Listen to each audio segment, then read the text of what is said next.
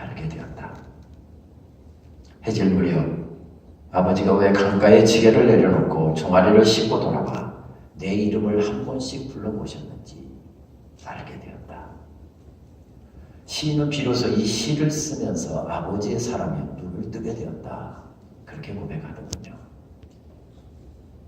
어쩌면 어렸을 적 아버지의 지게에 올라타본 분들은 아마 이 시가 더 잘 이해될 것 같습니다. 어렸을 적 저도 시골에서 자라면서 아버지 지게에 올라타는 것만큼 재밌는 탈 것이 없었습니다. 그런데 일을 마치고 아버지가 돌아오시면서 저를 지게에 태우고 오시는데 그냥 바로 집으로 가지 않고 숲속으로 나를 데리고 가시더라는 겁니다. 강가로 나를 데리고 가더라는 겁니다.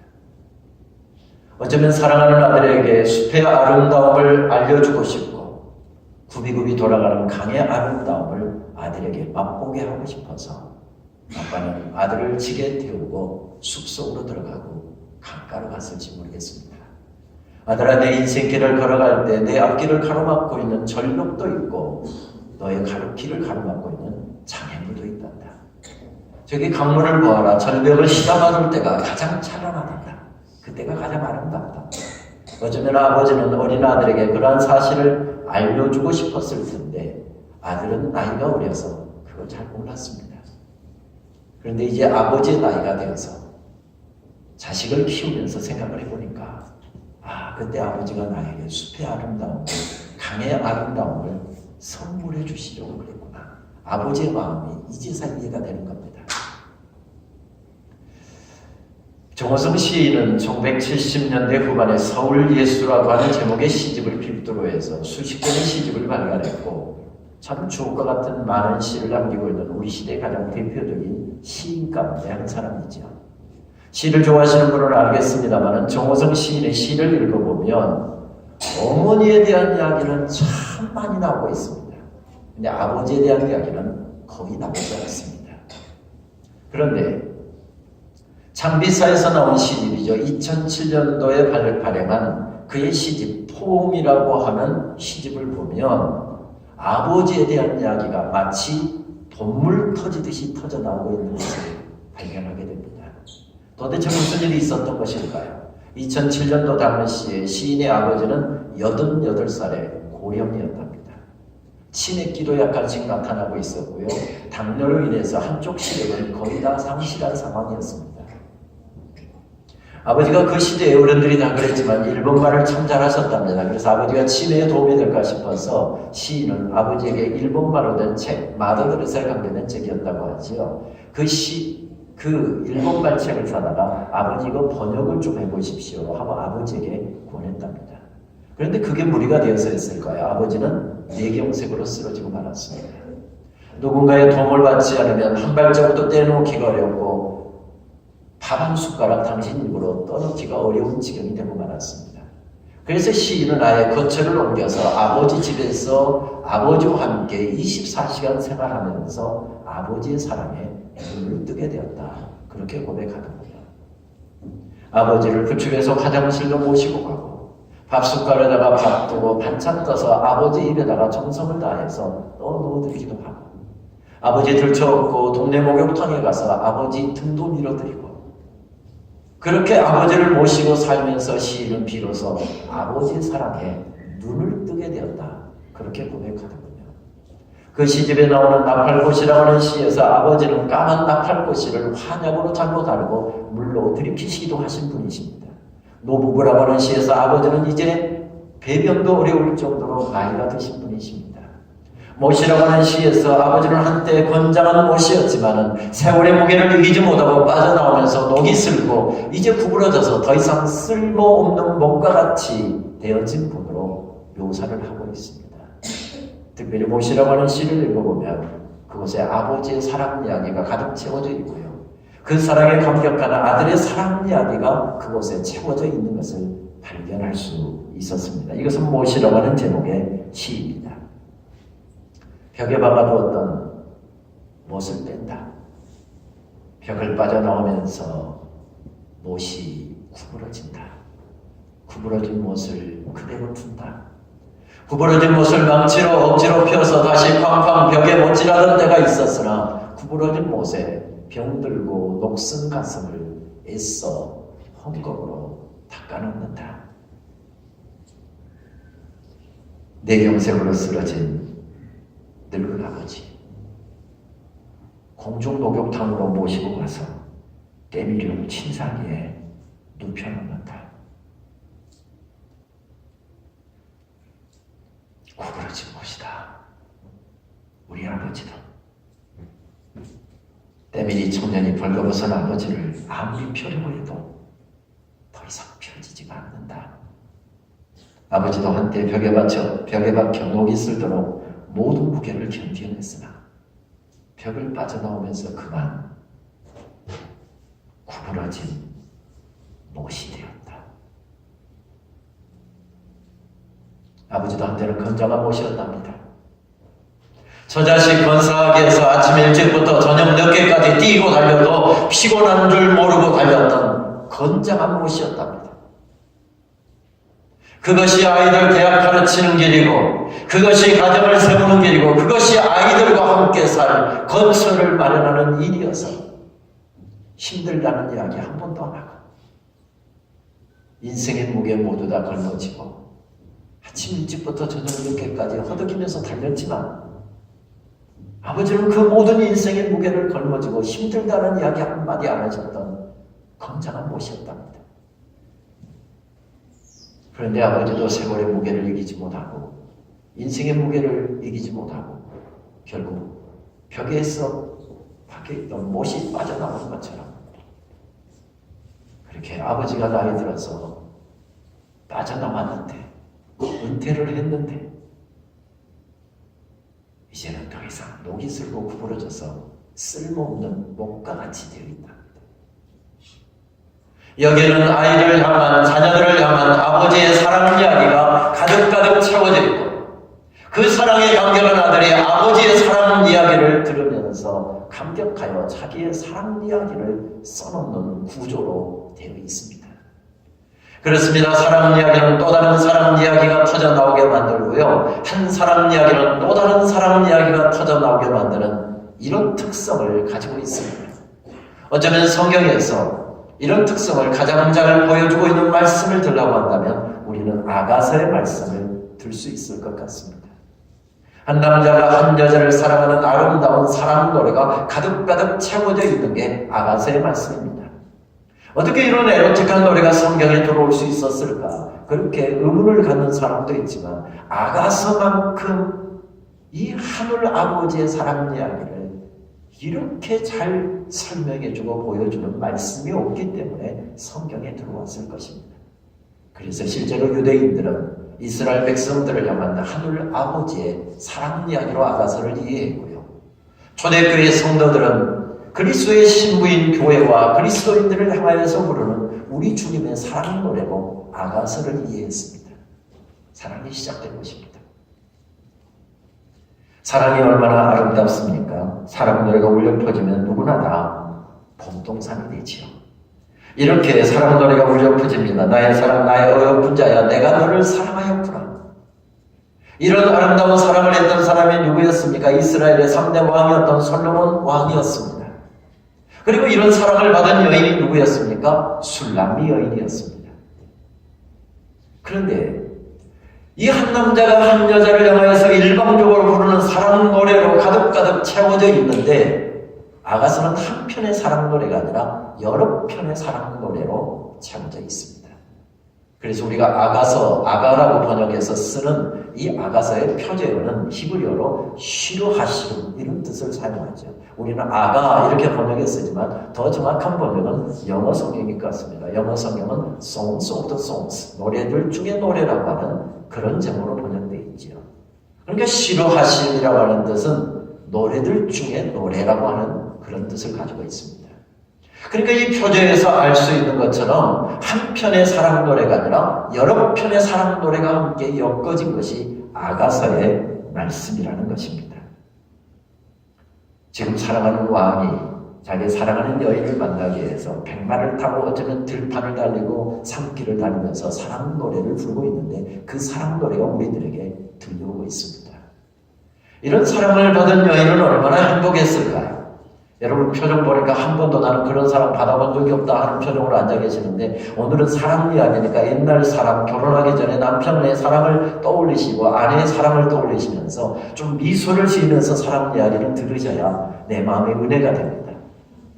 이런 사랑을 받으면 얼마나 행복했을까요?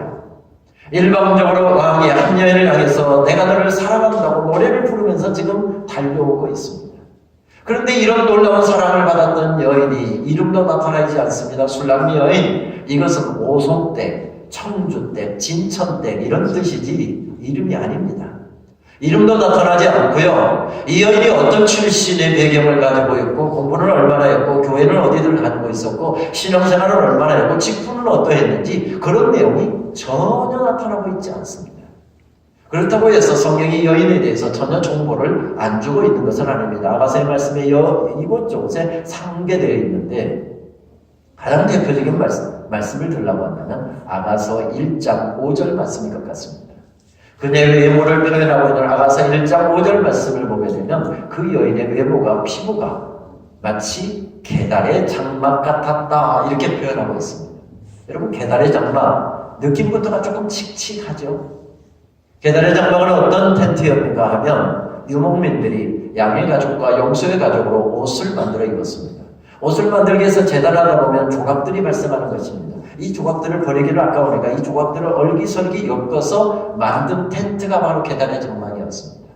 유목민들이 목초지를 찾아서 이곳으로 옮기고 저곳으로 옮기다 보니까 텐트를 쳤다 거두고 하다 보니까 몹시 낡아 있고 때가 묻어 있습니다. 하필이면 왕의 사랑을 받았던 여인의 외모가 피부가 계달의 장막처럼 그렇게 검게 그을려 있었고 거칠었다고 표현합니다. 그도 그럴 것이 중동의 따가운 햇살을 받으면서 양을 치고 염소를 치게 해서 포도를 가꾸게 해서 들로 산으로 다니다 보니까 피부는 검게 그을려 있고 손도 외모도 이 피부가 몹시 거칠었던 모습을 표현하고 있는 것 같습니다. 성경은 이런 여인의 외모에 대해서 가끔씩 이렇게 설명하면서 들려주시는 말씀을 읽다 보면 이런 여인이 어떻게 왕의 사랑을 받을 수 있었을까? 롱드레스를 입고 하이힐을 신고 우아하게 와인잔을 들고서 왕궁의 뜰을 거닐고 있는 왕궁의 여인들과는 사뭇 다른 모습이잖아요. 이런 여인은 왕의 사랑의 대상이 될 수 없는 사람이었습니다. 그런데 왕이 일방적으로 나를 사랑한답니다. 나를 좋아한답니다. 그리고 오늘 나를 만나기 위해서 지금 말을 타고 뱃말을 타고 저기에서 달려오면서 나를 향해서 부르는 사랑 노래가 들판에 가득 채워지고 있습니다. 그 사랑 노래가 내 귓가에 내 가슴 속에 들려오고 있는 사랑입니다. 어떻게 이런 여인이 왕의 사랑을 받을 수 있었을까요? 성경은 그 이유에 대해서 자세하게 설명하고 있지 않습니다. 그런데 일방적으로 허락하는 이런 왕의 사랑이 지금 펼쳐지고 있는 것입니다. 이런 놀라운 사랑을 받으면 얼마나 행복했을까요? 이런 놀라운 사랑 노래를 들었을 때 그 여인은 얼마나 기뻤을까요? 그래서 오늘 본문의 분위기는 앞뒤로 살펴보게 되면 마치 봄동산과 같은 것을 발견하게 됩니다. 2장 1절 말씀 샤론에 수선하여 골짜기에 백합하로다. 2장 10절 말씀 나의 사랑 나의 어여쁜 자야 일어나서 함께 가자. 겨울도 지나고 비도 그쳤고 지면에는 꽃이 피고 새가 노래할 때가 이르렀는데 비둘기 소리가 우리 땅에 들리는구나. 오늘 4장 말씀으로 들어오게 되면 점점 사랑 노래가 깊어지면서 클라이맥스 바로 정점을 향해서 치닫고 있는 것을 발견하게 됩니다. 4장 1절 말씀 내 사랑 너는 어여쁘고도 어여쁘다. 노을 속에 있는 내 눈이 비둘기 같고 내 머리털은 길르와 산기슬에 놓은 염소떼 같구나. 이어지는 사랑 이야기를 읽다 보면 낯이 좀 간지럽기는 하지만 굉장히 아름답습니다. 그러면서 4장 7절 오늘 말씀으로 나가게 되면 말씀이 훨씬 더 깊어지고 있는 것을 발견하게 됩니다. 4장 7절 말씀 나의 사랑 너는 어여쁘고 아무 흠이 없구나. 여러분 말씀드렸잖아요. 흠이 없기는 왜 흠이 없어요? 흠집투성입니다. 이런 것을 어려운 말로 뭐라고 이야기하죠? 콩깍지 끼었다. 이렇게 이야기합니다. 이거 완전 콩깍지잖아요. 완전 콩깍지입니다. 그런데 여러분 어느 사람치고 콩깍지 적당하게 끼지 않고서 결혼까지 이르는 사람 보셨습니까? 콩깍지 적당하게 끼어야 결혼도 할 수 있고 결혼해서 적당히 맞추고 양보하면서 살아갈 수도 있는 것이지요. 완전 콩깍지지만 아름답습니다. 4장 10절 말씀은 이렇게 말씀이 이어지죠. 내 누이 내 신부야 내 사랑이 어찌 그리 아름다운지 내 사랑은 포도주보다 진하고 내 기름의 향기는 각양 향품보다 더 향기롭구나. 나는 한 번도 왕을 사랑한다는 이야기를 할 수가 없었습니다. 나 같은 사람이 어떻게 왕의 사랑의 대상이 될 수 있습니까? 왕이 나 좋아한다고 해서 찾아오니까 어쩔 수 없이 만나는 것이지 내가 왕을 좋아한다고 왕궁에 찾아가서 왕에게 사랑 고백이나 할 수 있었습니까? 그럴 수 없는 몸입니다. 그런데 뭐라고 이야기합니까? 일방적으로 왕이 나를 사랑하고 나서 4장 10절 말씀을 보게 되면 내 사랑이 어찌 그리 아름다운지 내 사랑은 포도주보다 진하고 내 기름의 향기는 각양 향품보다 진하다 이렇게 하고 있습니다. 일방적으로 사랑을 두고 나는 아무런 액션도 아무런 리액션도 취하고 있지 않는데 왕은 내 사랑이 귀하다라고까지 이렇게 이야기해주고 있습니다. 이것이 사랑하는 여인을 향한 결혼식으로 치면 신랑의 사랑 노래라고 한다면 오늘 다 읽지는 못했습니다만 15절까지 말씀이 신랑의 사랑 노래로 남자의 사랑 노래로 이어지고 있다고 한다면 이런 사랑 노래를 들은 여인이 벌떡 일어나서 그의 사랑 노래를 부르고 있습니다. 그것이 16절 말씀입니다. 우리 화면에 보시면 16절 말씀이 나타날 텐데 우리 같이 한 목소리로 함께 봉독하실까요? 북풍아 일어나라 남풍아 오라 나의 동산에 불어서 향기를 나게라 나의 사랑하는 자가 그 동산에 들어가서 그 아름다운 열매 먹기를 원하노라. 놀라운 사랑 이야기를 들은 사람, 놀라운 사랑 노래를 들은 사람이 감격하여 마지막에는 무엇으로 연결되고 있습니까? 그의 사랑 노래가 나오고 있습니다. 놀라운 사랑을 받았던 여인이 벌떡 일어나서 자기를 일방적으로 사랑하는 그 사랑하는 남자를 향하여서 자기의 사랑 노래를 올려드리고 있는 것이 오늘 아가서 4장 말씀의 구조입니다. 이런 말씀을 전해주시면서 아가서는 우리들에게 말을 걸어오는 구조로 우리들에게 이 말씀을 들려주고 있습니다. 어떻게 말을 걸어옵니까? 너도 이런 사랑 받았잖아. 여러분 여기서는 아멘 한번 하셔야 되는 거 아니에요? 제가 다시 한번 하나님의 음성을 여러분들에게 대신 들려드리겠습니다. 너도 이런 사랑 받았잖아. 아멘. 아멘하는 사람들에게 사랑받은 감격을 가지고 아멘하는 사람들에게 성경은 한마디 말을 더 걸어옵니다. 너는 이런 놀라운 사랑을 받고 너는 어떤 사랑 노래를 지금 부르고 있는데 너의 사랑 이야기는 어떤데 이렇게 말을 걸어오는 구조로 되어 있습니다. 흔히 이야기는 미메시스 기능이 있다고 하죠. 신학을 연구하는 데 있어서 이야기는 굉장히 중요한 자료입니다. 왜냐하면 하나님께서 우리들에게 하나님의 계시의 말씀을 펼치실 때 이야기, 이 내러티브의 구조를 통해서 말씀을 펼쳤기 때문에 그렇습니다. 여러분들의 담임 목사님인 이재수 목사님도 예배학과 설교학을 지금 전공하고 계시는데 예배학과 설교학에서도 이 내러티브는 가장 중요한 자료 가운데 하나입니다. 또한 이런 내러티브를 통해서 신학을 연구하고 이것들을 학문의 방법을 개진해가는 학자 가운데 저도 한 사람입니다. 이런 이야기를 중심으로 해서 신학을 연구하는 학자들은 대부분 공통적인 의견이 이야기는 미메시스 기능이 있다. 미메시스라고 하는 이 라틴어는 본뜻, 모사라고 하는 그런 의미를 가진 것이죠. 그러니까 하나님의 놀라운 사랑 이야기를 들은 사람이 감격하여서 그 사랑 이야기를 본떠서 내 사랑 이야기를 만들어가는 것.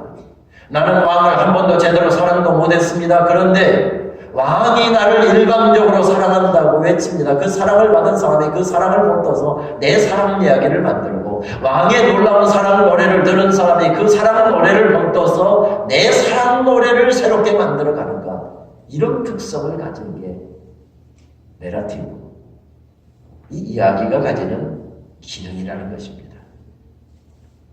아가서의 이야기는 우리가 받았던 하나님의 사랑 이야기를 떠올리게 만듭니다. 우리는 결단코 하나님의 사랑의 대상이 될 수 없는 사람들이었습니다. 하나님께서 만약 이 자리에 오셔서 내가 저 인간은 아무리 100번 양보하고 1000번 참아도 저 인간은 내가 도무지 사랑할 수 없어. 그래서 아예 그런 사람 5명만 딱 뽑아서 이 교회당 밖으로 내쳐버리시려고 만약에 5사람을 호명하신다고 한다면 제일 먼저 누가 이름이 불려질까요? 모르기는 몰라도 아마 제가 제일 먼저 불려질 것입니다. 제일 앞자리에 제가 서 있게 될 것입니다. 그런데 하나님께서 저를 하나님의 사랑으로 그냥 덮어버리셨기에 제가 감히 여기에 서서 하나님의 사랑 이야기를 여러분들에게 대신 전하고 있는 것입니다. 우리는 하나님의 사랑의 대상이 될 수 없는 사람들이었습니다. 그런데 하나님께서 놀라운 사랑으로 우리를 덮으셨습니다. 그것이 무엇입니까? 바로 성탄절입니다. 하늘 보좌를 버리시고 이 땅에 내려오신 사건, 바로 성탄절은 하나님의 사랑의 사건이죠. 지난 주간에 우리는 지난 주간 1월 6일을 우리는 주연절을 지냈고 주연절 오늘 우리는 두 번째 주간 예배를 드리고 있습니다. 주연절 에픽판이라고 하는 절기가 한국교회에서는 잘 지켜지지 않고 있습니다만 주연절이 무엇입니까? 어둠 가운데 살던 사람들에게 빛을 비춰주셔서 하나님이 우리를 사랑하신다라고 하는 사실을 깨닫게 하시는 사실이 주연절 절기입니다. 주연절도 하나님의 사랑의 사건입니다. 사순절이 뭐하는 절기입니까? 예수님께서 우리를 사랑하시고 그래서 당신 자신의 몸을 송두리째 내놓으시는 십자가로 걸어가시는 절기, 그래서 그것을 감사하고 묵상하는 절기가 사순절 절기입니다. 십자가 사건은 바로 하나님의 사랑의 사건의 절정이죠. 부활 사건도 마찬가지입니다. 죽은 자가 어떻게 살아날 수 있느냐, 어떤 사람은 과학적으로 잘 납득이 안 된다고 이야기하지만 부활 사건은 죽어도 사는 영원한 생명을 우리들에게 확증시켜 주시고 우리들이 경험하도록 주님께서는 죽은 자 가운데서 다시 살아나셔서 부활의 첫 열매가 되셨다고 말씀하십니다. 부활 사건도 사랑 사건입니다. 그런 놀라운 사랑을 받고 그런 놀라운 사랑을 깨닫고 주님을 섬겼다. 60년대, 70년대 가난하고 배고프던 시절 우리의 믿음의 선배들은 주님의 놀라운 사랑에 감격하여서 아름답게 주님을 섬겼습니다. 60년대, 70년대 학교 다니면서 저희 어머니가 교회를 섬기시는 모습을 보며 낮은 하루 종일 힘들게 가서 일하고 다리 밝은 희영청 밝은 밤에 흙벽돌 찍어서 머리에다 이고 아슬아슬하게 어려운 계단을 흙벽돌 머리에 이고 달려서 교회당을 건축하고 다리 밝으니까 자정까지 1시까지 교회를 건축하는 일들을 하시는 것을 보았습니다. 그때 눈물 섞어서 한국교회가 가장 많이 불렀던 찬송 가운데 한 곡이 어떤 찬송이었습니까? 사람들은 이해할 수 없네 주를 보낸 하나님 사랑, 그 사랑이 나를 살게 하네 갈보리의 십자가 사랑.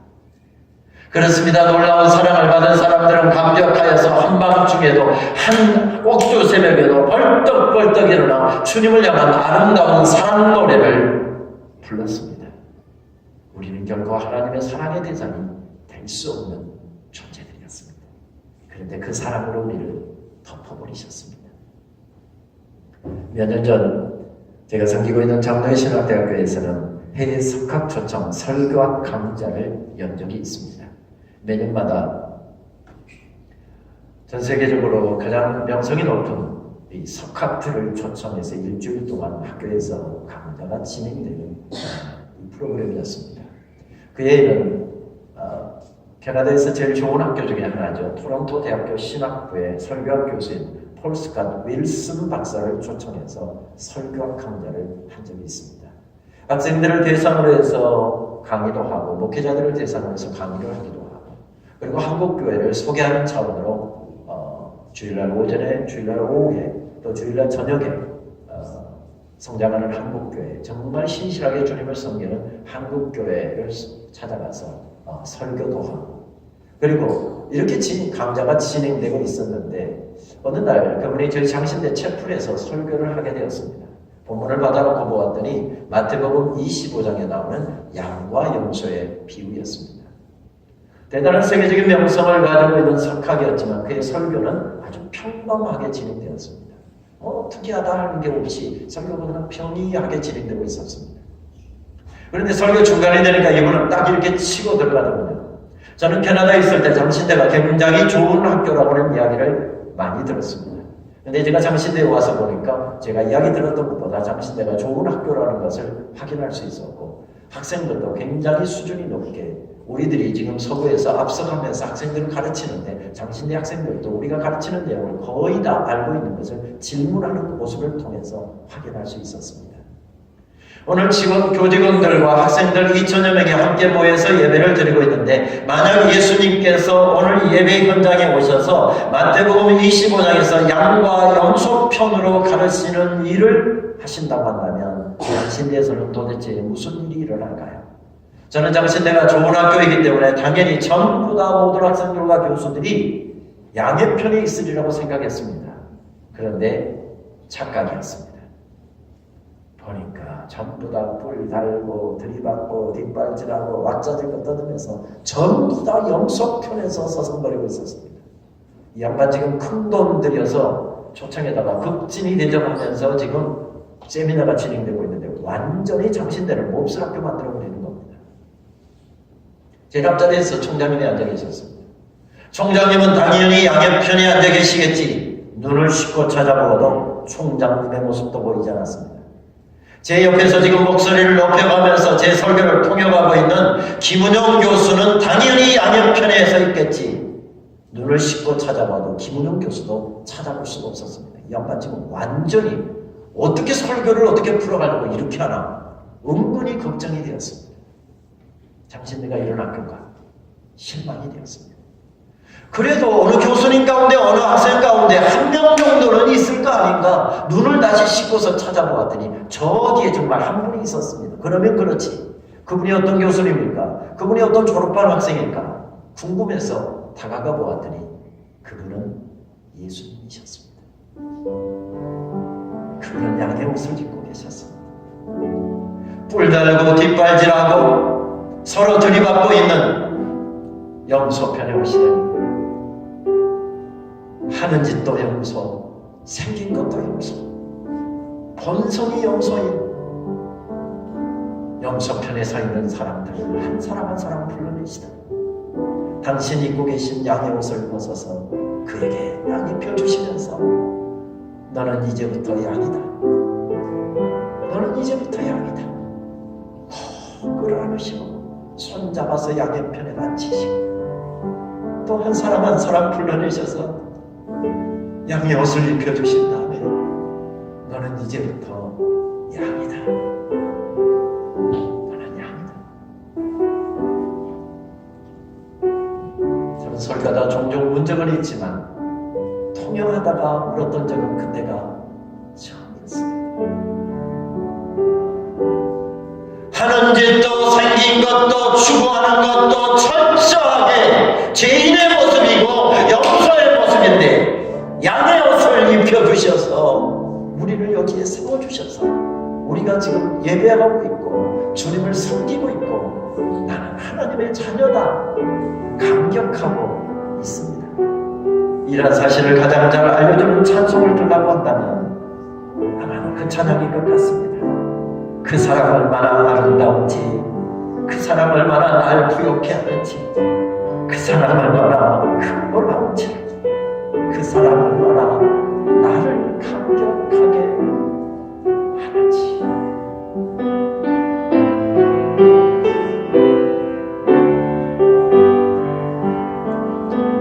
그 사람 얼마나 아름다운지 함께 찬양하겠습니다. 그 사람 얼마나 날 부욕해 하는지, 그 사람 얼마나 크고 놀라운지를, 그 사람 얼마나 나를 감격하게 하는지, 그 사람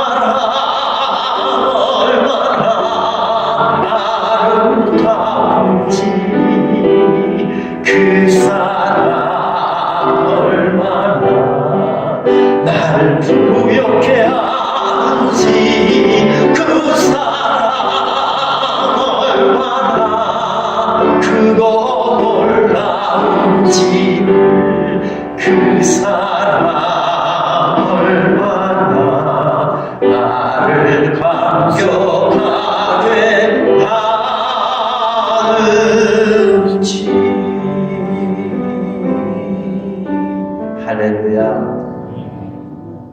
올 한해 이것이 우리의 주제가가 되고 이것이 우리의 고백이 되었으면 좋겠습니다. 하늘문 교회에 세워주신 우리 재직들이 청지기들이 올 한해 이것이 주제가가 되고 고백의 찬양이 되셔서 그 사람이 감격하여 올 한해를 달려나갈 수 있으면 좋겠습니다. 엄마가 아이를 낳아도 그대로 끝나던가요? 하나님께서 구원하시고 나서 그것으로 끝이 났다고 말씀하신 건가요? 아닙니다. 우리를 구원하신 이후로 눈길 떼지 아니하시고 어려운 길을 갈 때는 우리와 함께 동행해 주시고 손잡고 가시고 위태한 길을 걸어갈 때는 우리를 업고 가시고 안고 가시고 우리의 가슴 시리고 우리의 삶이 얼어붙고 꽁꽁 얼어붙은 것과 같은 한겨울과 같은 인생길을 지나갈 때는 내 삶에 다가오셔서 말씀으로 찬양으로 은혜로 응답으로 놀라운 역사로 우리들의 삶을 채워주셔서 우리의 인생길이 봄동산이 되게 하시는 그 놀라운 은혜, 그 은혜를 힘입고 지금까지 살아왔습니다. 올 한해도 그 사랑에 감격하여 우리 성도님들 한 분 한 분이 달려나가실 수 있으면 좋겠습니다.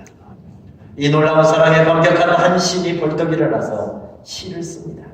그는 선미강요역에서 평생 어린아이들을 가르치면서 시를 쓴 시인인데 이 사랑에 감격하여 어느 봄날이라고 하는 제목의 시에서 그렇게 노래하더군요. 어느 봄날 당신의 사랑으로 운달되던 내 길 아래 햇빛이 들이치는 기쁨을 나는 보았습니다. 어둠 속에서 사랑의 불가로 나를 가만히 불러내신 당신은 어둠을 건너온 자만이 만들 수 있는 밝고 환한 빛으로 내 앞에 서서 들꽃처럼 깨끗하게 웃었지요. 아, 생각만 해도 참 좋은 당신. 그런데 남자분들 그대로 가만히 앉아 계셔도 괜찮겠습니까? 이런 좋은 식구가 나오면 빨리 쓰시든지 다 못 쓰시면 마지막 구절, 아, 생각만 해도 참 좋은 당신. 펜이 없으면 스마트폰이 있잖아요. 지금 방송실에서 왜 저것을 계속 지금 안 넘기고 비춰주시는 줄 아세요? 빨리 사진 찍으라는 뜻입니다. 이런 좋은 식구는 써놓으셨다가 결혼 기념일 때, 와이프 생일 때 카드에다가 아, 생각만 해도 참 좋은 당신 식구 쓰고 꼭 잊어버리지 말 것 무엇이요? 현찰이나 백화점 상품권. 아, 생각만 해도 참 좋은 당신.